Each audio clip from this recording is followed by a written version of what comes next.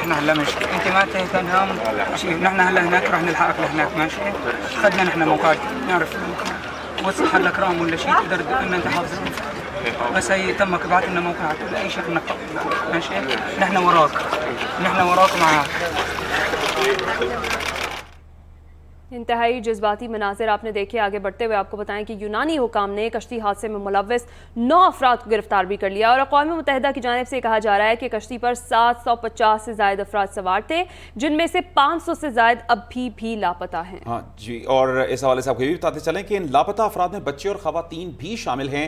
یونانی میڈیا کے مطابق کشتی پر 100 کے قریب بچے بھی سوار تھے. غیر قانونی تارکین وطن کو اٹلی لے جانے کے لیے 4,500 امریکی ڈالرز لیے گئے تھے. یونان میں تارکین وطن کی کشتی کو ریسکیو نہ کرنے پر شہری سراپائے احتجاج ہیں. ناظرین، ایک اور افسوسناک حادثے کی بات کریں تو کلر کہار بس حادثے کا مقدمہ درج کر لیا گیا ہے. موٹر وہیکل ایگزامینر، بس مالک، اڈا مینیجر اور ڈرائیور کو قصوروار قرار دیا گیا ہے. گزشتہ روز پیش آنے والے اس خوفناک حادثے میں 4 خواتین، 3 بچے اور 6 مرد جان کی بازی ہار گئے تھے. اس حادثے سے متعلق ایک تفصیلی رپورٹ تیار کی ہے، یہ دیکھتے ہیں. کلر کہار بس حادثہ، موٹر وہیکل ایگزامینر، بس مالک، اڈا مینیجر اور ڈرائیور قصوروار قرار. بس حادثے کا مقدمہ تھانہ کلر کہار میں موٹر وے پولیس کی مدیت میں درج کر لیا گیا. FIR کے متن کے مطابق مسافروں نے اڈا مینیجر اور ڈرائیور کو بتایا تھا کہ بس ٹھیک نہیں ہے. افسوسناک واقعہ گزشتہ روز اس وقت پیش آیا جب بس راولپنڈی سے لاہور جا رہی تھی کہ کلر کہار کے قریب سالٹ رینج کے علاقے میں بریک فیل ہونے کے باعث الٹ گئی اور 13 قیمتی زندگیاں موت کا لقمہ بن گئی، جبکہ متعدد مسافر زخموں سے چور ہوئے. حادثے کی اطلاع ملنے پر موٹر وے پولیس اور ریسکیو ٹیمیں موقع پر پہنچ گئیں. نگراں وزیر اعلیٰ پنجاب محسن نقوی نے اظہار افسوس کرتے ہوئے واقعے کا نوٹس لے لیا. کلر کہار حادثے میں جاں بحق ہونے والے 13 افراد میں سے 10 کی شناخت کر لی گئی ہے اور RPO راولپنڈی سے خرم علی کا یہ کہنا ہے کہ 3 جاں بحق افراد کی شناخت تاحال نہیں کی جا سکی ہے. اور شناخت کی جانے والی میتیں ورثاء کے حوالے کر دی گئی ہیں. میتوں کی شناخت کا عمل DHQ چکوال میں جاری ہے. حادثے کا مقدمہ تھانہ کلر کہار میں درج کیا گیا ہے. تو کلر کہار حادثے میں جاں بحق 13 افراد میں سے 10 کی شناخت ہو گئی ہے. یہ افسوسناک حادثہ کلر کہار. کچھ بات کریں گے نو منتخب میئر کراچی مرتضی وہاب اور ڈیپٹی میئر کراچی سلمان مراد جو کہ کل حلف اٹھائیں گے. حلف برداری کی تقریب گلشن جناح پولو گراؤنڈ میں ہوگی. جی ہاں، الیکشن کمشنر سندھ اعجاز چوہان میئر اور ڈیپٹی میئر سے حلف لیں گے. اس کے ساتھ ساتھ الیکشن کمیشن حکام کا یہ بھی کہنا ہے کہ کراچی کے 25 ٹاؤنز کے چیئرمین اور وائس چیئرمین سے ڈیپٹی کمشنر حلف لیں گے. یعنی کل سندھ بھر میں ہیڈ آف کاؤنسلز کی حلف برداری ہوگی. جی ہاں، نو منتخب میئر کراچی مرتضی وہاب اور ڈیپٹی میئر کراچی سلمان مراد کل حلف اٹھائیں گے اور حلف برداری کی تقریب گلشن جناح پولو گراؤنڈ میں ہوگی. الیکشن کمشنر سندھ اعجاز چوہان میئر اور ڈیپٹی میئر سے حلف لیں گے.